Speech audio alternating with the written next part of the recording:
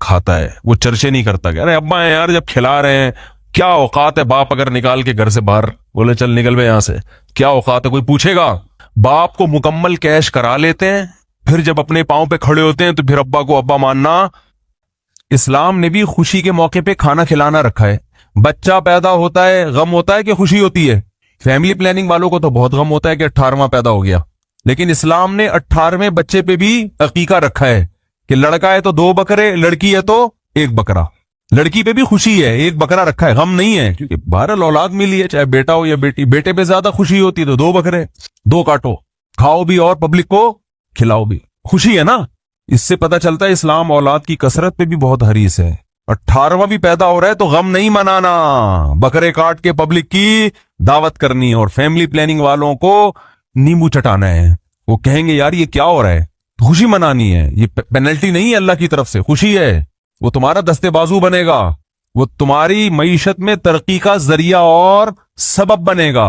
Family planning والے بتاتے ہیں ایک اور آ گیا کھانے والا, غربت اور بڑھے گی. او بھائی وہ 2 ٹانگیں اور 2 ہاتھ لے کے پیدا ہوا ہے, وہ اتنا کھائے گا نہیں جتنا پبلک کو کھلائے گا. اس کو جوان ہونے دو, بچپن کا زمانہ جلدی گزرے گا, پھر جوانی ہے, کھائے گا بھی اور طبیعت سے کھلائے گا بھی, اور مرے گا تو ڈھیر ساری وراثت بھی چھوڑ کے جائے گا. اس لیے معیشت کا یہ اصول جو آپ کو کیلکولیشن بتائی جاتی ہے نا کہ جتنی آبادی بڑھے گی تو وسائل کم ہوں گے, یہ اصول جرمنی میں نہیں پڑھائے جاتے, یورپ میں یہ نہیں پڑھائے جاتے, یہ ہمیں پرانے بوسیدہ اصول پڑھائے جاتے ہیں. وہاں کے جو میں نے کتابوں کے حوالوں کے ساتھ پیش کیے تھے کہ اب جو اکنامکس کے جو جدید تحقیق ہے وہ یہ ہے کہ جتنا کمانے والے ہوں گے نا, آپ کی معیشت اسی اسپیڈ سے ترقی کرے گی, کیونکہ وسائل کی کمی نہیں ہے دنیا میں. بجلی کو روتے تھے, اب سورج کی شعاؤں سے کتنی بجلی پیدا کی جا رہی ہے. واپڈا والوں کو لوگ بجلی بیچ رہے ہیں, لوگ کہہ رہے ہیں یار تمہارے پہ بجلی نہیں, آؤ میرے چھت پہ بہت پلیٹیں لگی ہوئی ہیں لے جاؤ. تو اتنے وسائل بڑھ رہے ہیں کہ آپ کی سوچ ہوگی, اور پتہ نہیں زمین میں کیا کچھ ابھی دفن ہے جو زمین میں ابھی اگلا نہیں ہے. وقدر فیہا اقواتہا, اللہ فرماتے جب میں نے زمین کو بنایا تو جتنے لوگوں نے قیامت تک اس کے لیے اس میں آنا تھا نا, ان سب کی ضرورات کا انتظام میں نے زمین میں پہلے کر دیا. قدر فیہا اقواتہا, یہ قرآن کے الفاظ ہیں. جو کہتے ہیں یہ کائنات اتفاق سے بنی ہے, وہ فیملی پلاننگ کو مانے نہ مانے ان کا ہیڈ ایک ہے. جو کہتے ہیں بنایا ہے, ہم تو کہتے ہیں بنایا ہے, بنی نہیں ہے.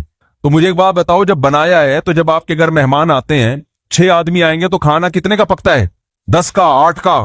تو جب اللہ نے انسانوں کو پیدا کرنا ہے تو ان کی ضرورت کا سامان کم رکھے گا یا زیادہ پہلے سے رکھ دے گا؟ جو خدا ہے اس کو یہ خیال نہیں ہے, اور اس کے بنے ہوئے انسان جو ہے نا جب وہ مہمان بلاتے ہیں تو 6 کے بجائے 8 کا پکاتے ہیں احتیاطاً, کہ کچھ لوگ مفت دیکھ کے پھوڑنا بھی شروع کر دیتے ہیں نا. تو اس لیے فیملی پلاننگ والے کو لفٹ کرانے کی بالکل بھی ضرورت نہیں ہے. یہ خود بھی ڈوبے ہیں, تمہیں بھی برباد کریں گے. ان کا اپنا فیملی نہیں ہے تو سسٹم کہاں سے ہوگا؟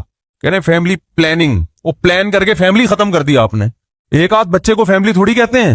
خاندان کا مطلب خاندان لفظ بتا رہا ہے کہ کچھ ہو, ہزار گز کے بنگلے خریدے جا رہے ہیں, اس میں پبلک ہی نہیں ہے.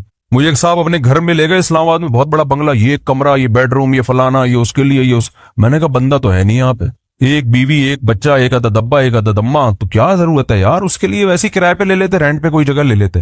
اتنے بیڈ روم, اتنے دیواریں کھا رہی ہیں, کھاتی ہیں دیواریں. گھر افراد سے بنتا ہے. خیر کیا بات چل رہی تھی جی؟ ہاں تو میں یہ عرض کر رہا تھا, یہ فیملی پلاننگ پہ آتا ہوں تو پھر گھوم جاتا ہے. آپ کے فائدے کے لیے, میرا کوئی فائدہ نہیں ان تقریروں میں, کیونکہ میں دیکھ رہا ہوں لوگوں نے اپنی زندگیاں برباد کر دی. بچوں سے گھر میں رونق ہے یار, آنکھوں کی ٹھنڈک ہے. بچے ہی نہ ہو گھر میں, آپ دوسروں کے بچوں کو دیکھ کے پریشان ہوتے یار اتنے بچے کیسے سنبھالتا ہے. وہ اس لیے کہ وہ آپ کے نہیں ہے, اس کے ہیں, آپ کو برے لگ رہے ہیں. جب اپنے ہوں گے تو کیسا نیلا پیلا ہو. دیکھو بچوں کو نظر بد سے بچانے کے لیے مائیں نے کیا کیا ہوا ہوتا ہے. میں بعض دفعہ بچوں کو دیکھتا ہوں, کسی کے بچے, اپنے بچے تو سب کو مجھے بھی اچھے لگتے ہیں, تو میں ان ماؤں سے کہتا ہوں اس میں نظر لگنے کی کوئی چیز ہی نہیں ہے. کہتے ہیں مولوی صاحب دم کر دیں نظر نہ لگے. او بھائی اس میں کوئی چیز ہی نہیں ہے, نہ اس کا رنگ ہے, نہ اس کی کوئی پلکیں ہیں, کوئی بڑی بڑی ہو خوبصورت پلکیں, نہ ناک ہے. لیکن ماں کو ڈر ہوتا ہے, اس کی نظر میں وہ اس کا بیچارہ جیسا بھی ہو وہ سمجھ رہی ہوتی ہے اس سے زیادہ حسین دنیا میں کوئی ہے ہی نہیں. او بھائی نہیں, میں ان کو بتاتا ہوں یہ نہیں, یہ دوسروں کی نظریں اتار دے گا. جس کو نظر لگنے کا خطرہ ہے اس کو لے جا کے بٹھا دو. ماں کے سامنے تو نہیں کہتا وہ بیچاری. تو جب اپنے ہوں گے میرے بھائی, اس سے زیادہ آپ کو اچھا دنیا میں کوئی نہیں لگے گا. زین للناس حب الشہوات من النساء والبنین, تو اللہ نے دوسرے نمبر پر انسان کی مرغوب ترین چیز ذکر کی، اولاد۔ پیغمبر یعقوب علیہ السلام اولاد کے بچھڑنے پر ساری زندگی روتے رہے ہیں، اور اسی اولاد جیسی نعمت کو آپ روک رہے ہو۔ بربادی ہے خدا کی قسم۔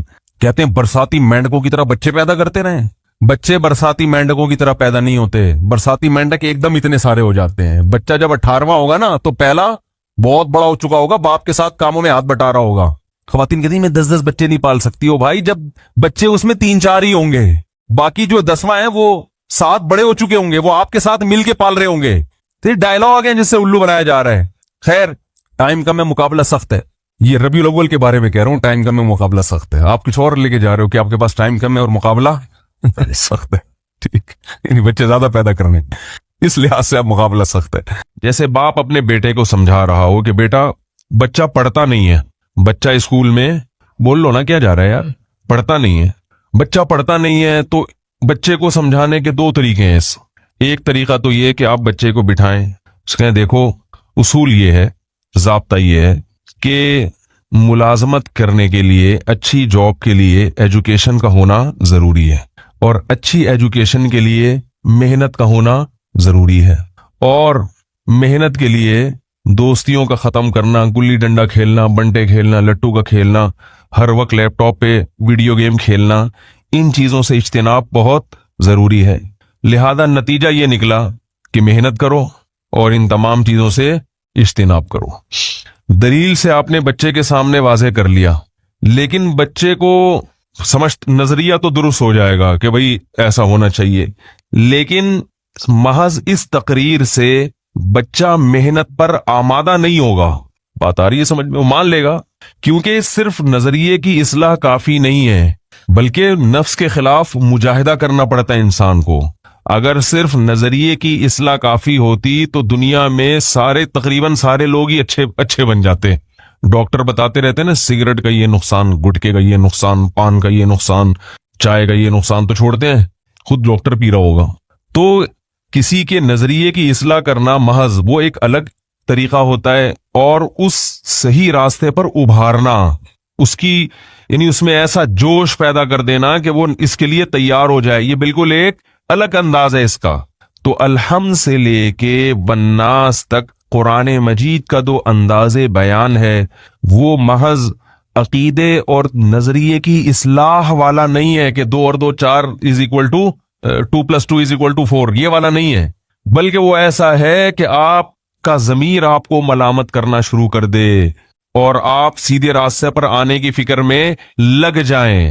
تو اب یہی باپ اگر یہ چاہے گا کہ میرا بچہ سیدھے راستے پر آ جائے، تو پھر باپ کے سمجھانے کا اسٹائل تھوڑا سا ڈیفرنٹ ہوگا، انگلش ٹھیک ہے نا؟ اور یہ میرا بھی اسٹائل تھوڑا سا ڈیفرنٹ اسی لیے تاکہ میں بھی آپ کو کیا کروں، سمجھا دوں۔ ورنہ یہی بات اگر میں سادہ انداز میں جو 1 2 4 کی طرح کہوں تو آپ بور ہو کے چلے جائیں گے۔ تو ہم بھی یہ چاہتے ہیں کہ بات آپ کے دل میں اتر جائے، اس لیے ہم نے بھی تھوڑا سا ڈیفرنٹ اسٹائل اختیار کیا ہے۔ تو ابا جو ہے نا وہ الگ انداز سے سمجھائے گا بیٹے کو، بولے گا دیکھو بیٹا، محنت نہیں کی تو بڑا نقصان ہوتا ہے، فلاں کے بچے کو دیکھو کیا حال ہوا اس کا۔ مثالیں زیادہ دے گا، تھیوری کم پیش کرے گا۔ فلاں کو جانتا ہے، اس نے کیا کیا، دیکھ وہ تیرا بڑا بھائی ہے، چھولے بیچ رہا ہے آج کل اس کو دیکھ جا کے۔ کیونکہ آپ کو پتا ہے کہ بچے کو اتنی بات تو معلوم ہے کہ محنت نہ کرنے کا نقصان ہوتا ہے، مگر یہ دل میں نہیں اتر رہی اس کے۔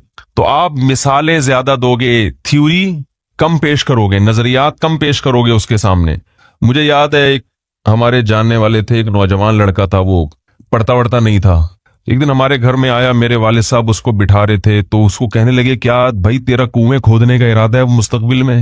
ہے بھائی، گڑھے کھودے گا، کدال چلائے گا، اگر یہ ارادہ ہے تو ٹھیک ہے، تو کیوں نہیں بہتر ہے کہ تھوڑا سا پڑھ لے، محنت کم ہو اور ارننگ زیادہ ہو۔ جو بڑے، اس کا یہ مطلب نہیں ہے کہ بھائی جو بیچارہ کنویں کھود رہا ہے وہ ناکام ہے، میں صرف ایک مثال سے سمجھانے کی۔ بہت سے کنویں کھودنے والے جنت میں ہوں گے، بہت سے پڑھے لکھے جہنم میں ہوں گے، لیکن آپ سمجھانے کے لیے، دنیاوی کامیابی کے لیے آپ اس کو مثالیں دیں گے، مختلف طریقوں سے دھمکیاں بھی دیں گے۔ آپ اس کو لیں گے بیٹا دیکھ، آج تو نے اسکول سے چھٹی کر لی، میں نے برداشت کر لیا، کل اگر چھٹی کی نا تو یہ دیکھ رہا ہے، ایسے کہتے ہیں نا، یہ دیکھ رہا ہے، یہ 5 انگلیاں تیرے منہ پہ چھاپ دوں گا میں صحیح ہے نا؟ یہ اسٹائل ہوتا ہے دھمکیوں کا۔ تو دھمکیاں بھی دے گا, لالچ بھی دے گا کہ بھئی اگر تمہارے امتحان میں نمبر اچھے آ گئے تو چلیں گے مری گھومنے پھرنے کے لیے, نتھیا گلی میں بندر دیکھ کے آئیں گے.